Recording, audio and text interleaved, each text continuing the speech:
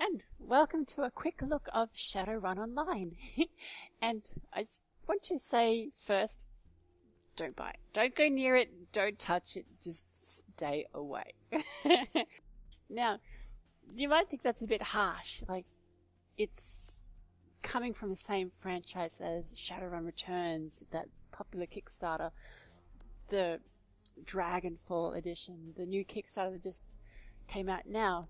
So I can understand why, people would actually want to get into this, like a multiplayer version. Great, sign me up. Don't.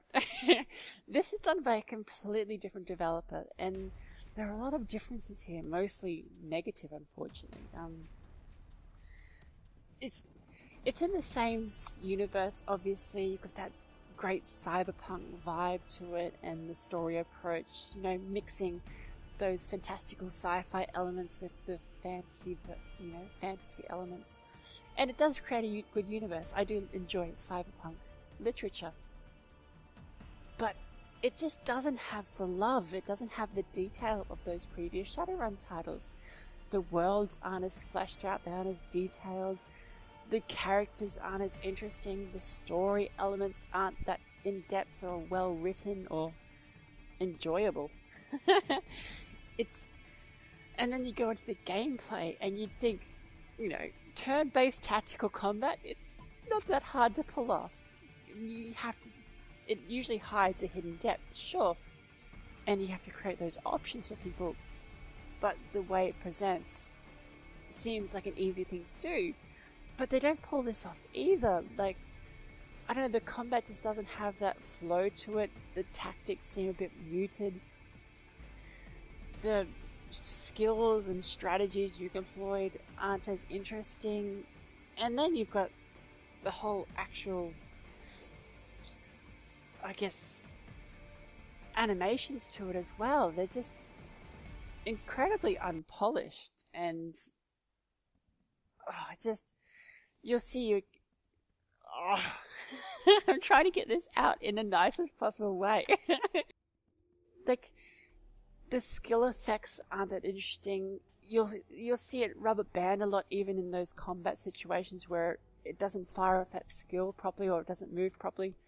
And then you have those animations in the open aspects where you get to walk around town, a really, really small town with not much happening at all, and the character movements are just appalling. Like, bouncing around, it's not